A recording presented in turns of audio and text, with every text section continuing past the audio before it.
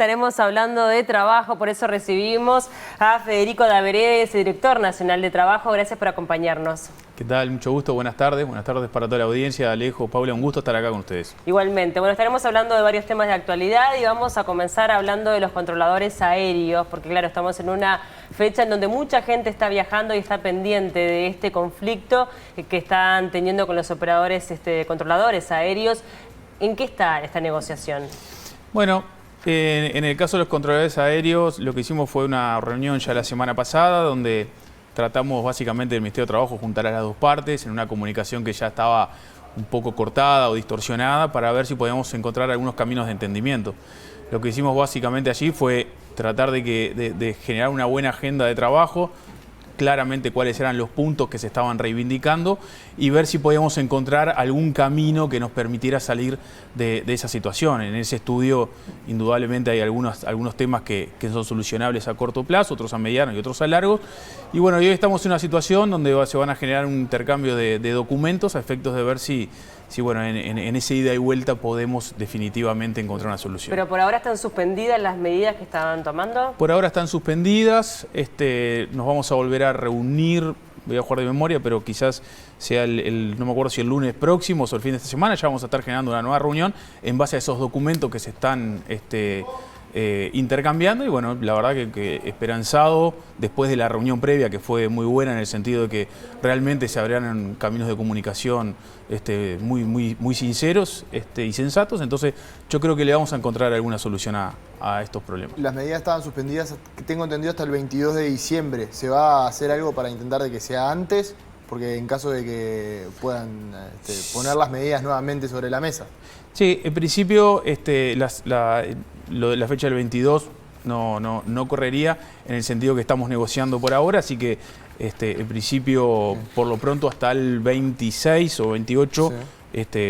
Mientras generemos la próxima instancia, van a quedar suspendidas. De todas formas, nosotros tenemos el foco puesto y somos muy optimistas.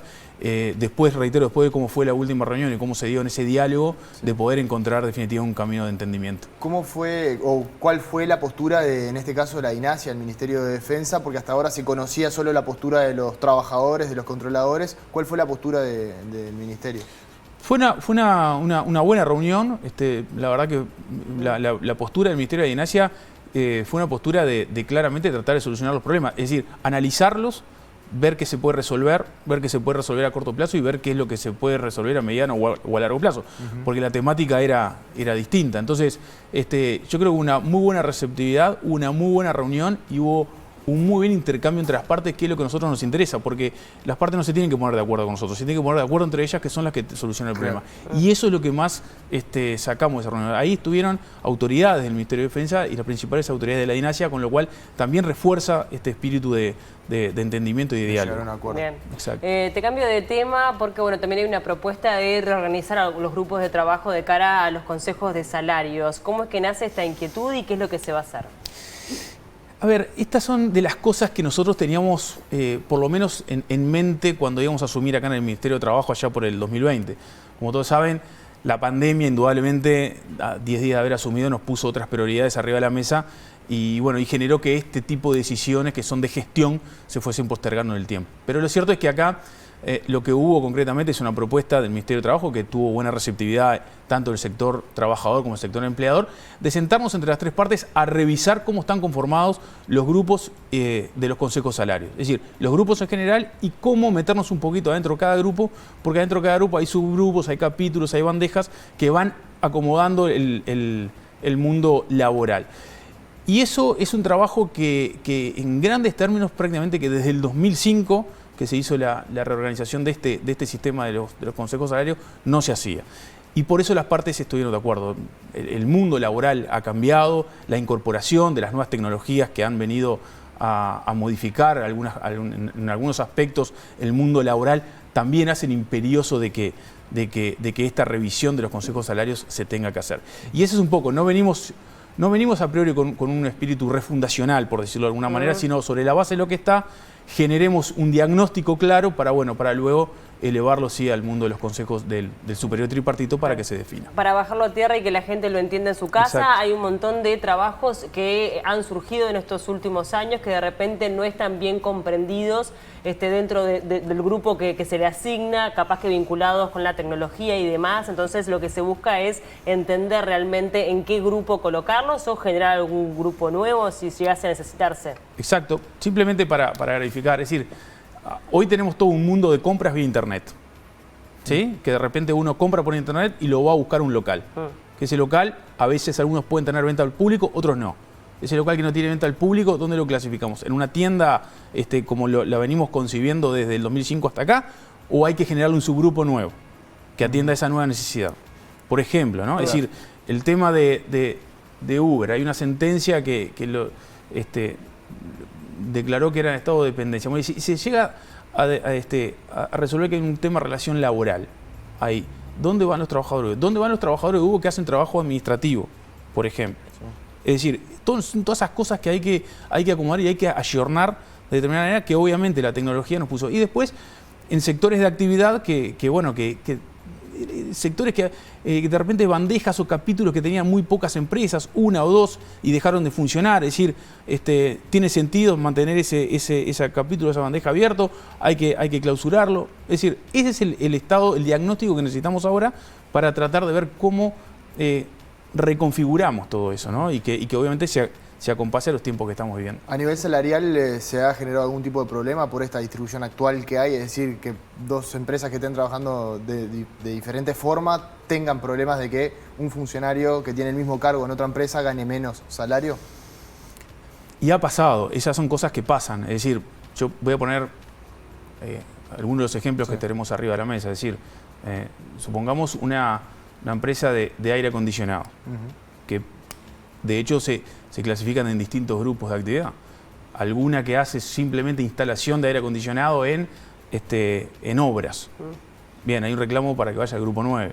Alguien que solamente vende aire acondicionado, pero tiene técnicos. ¿En dónde va? Claro. En comercio. Pero además de tener técnicos, también hace instalación en obra. ¿En dónde lo pongo? En comercio, lo pongo en obra. Es decir, hay toda unas situaciones que hay que verlo. Tenemos un gran tema también con el tema de las cervezas artesanales. Es decir, la cerveza artesanal es un sector que ha sido pujante en estos tiempos, hoy está dentro del sector de la bebida en general. Claro. Y bueno, a veces se hace complicado seguir ese tipo de laudos donde los que negocian allí son las grandes empresas que ya están instaladas en el mercado. Entonces, esa es otra temática que hay que atacar. Y ahí tenemos un sinfín de situaciones que hay que... ¿Y cómo están trabajando con los descuelgues? Que es a lo que se llama cuando las empresas no siguen lo pautado en el Consejo. Y bueno, los descuelgues es otra cosa que tenemos que ordenar. Es decir, hoy los descuelgues se hacen. En definitiva, se tratan de hacer de una forma muy profesional y muy argumentada. Es decir, si hay una empresa que dice que no puede cumplir con los ajustes salariales o con los beneficios que se otorgaron en un sector de actividad, bueno, debe obviamente fundamentar a través de los números, sobre todo que maneja la empresa, para que realmente hagamos una situación de que no pueda otorgar esos beneficios o esos ajustes.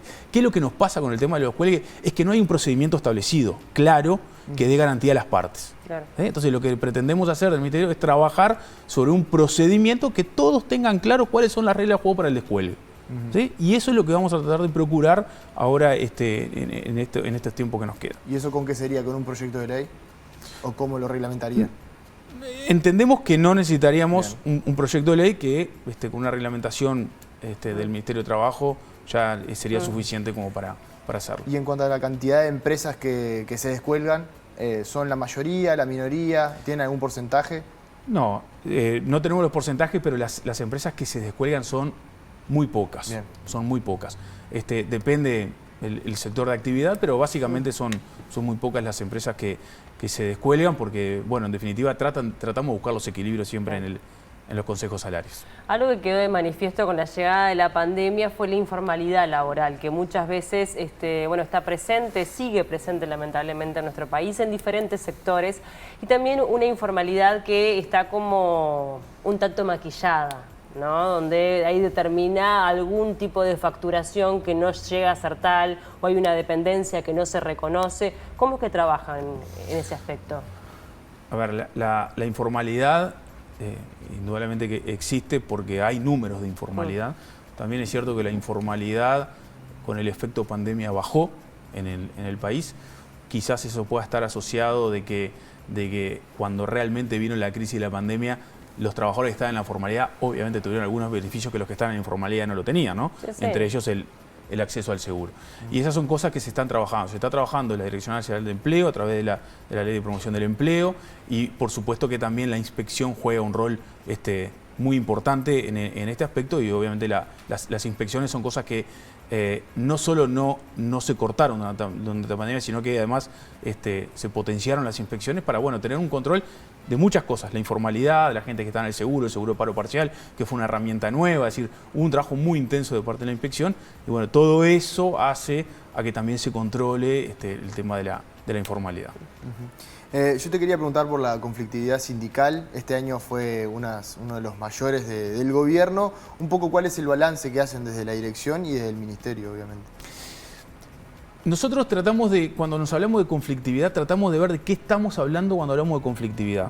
Por lo menos desde el punto de vista del Ministerio de Trabajo. Y esto lo aclaro porque en un observatorio de conflictividad en el cual participamos de un evento, quedó claro que el 40% de la conflictividad obedece a temas salariales, a temas de empleo y a temas de beneficios laborales. Eso, por ahí pasaba el 40%. El otro 60% obedece a otro tipo de conflictividad ya más general, si se quiere, que es algunas manifestaciones contra algunos proyectos que está llevando el gobierno en general, ¿no? Le hace la reforma de la seguridad social, la reforma educativa, que son temas muy importantes para el gobierno y que eso también generó conflictividad. Y ahí es donde nosotros tenemos que desmenuzar un poco la situación. Es cierto que hubo más conflictividad, se notó, nosotros en el Ministerio de Trabajo lo notamos.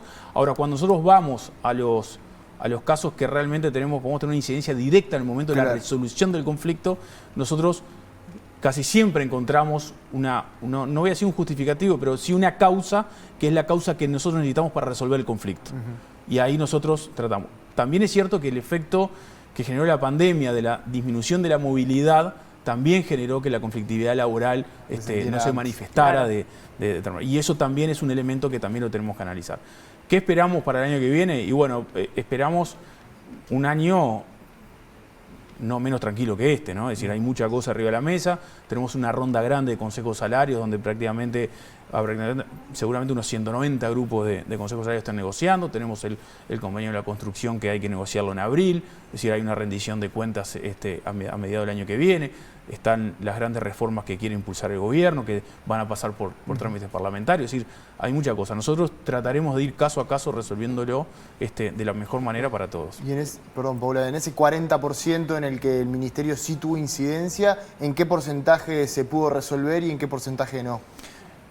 Yo le diría que los conflictos que tienen incidencia los resolvemos todos, prácticamente los resolvemos todos. Muy poco conflicto queda sin resolverse.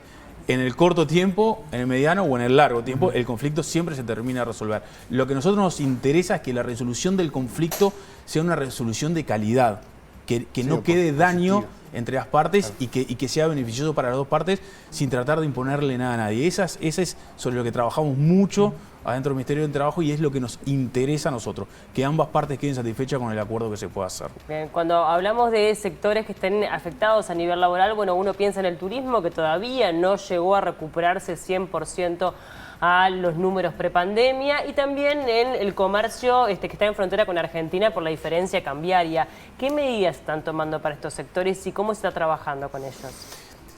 Bueno, este es un tema que en realidad es, para decirlo en términos coloquiales, multidisciplinario, por decirlo de alguna manera, ¿no? Porque acá hay varios factores que juegan.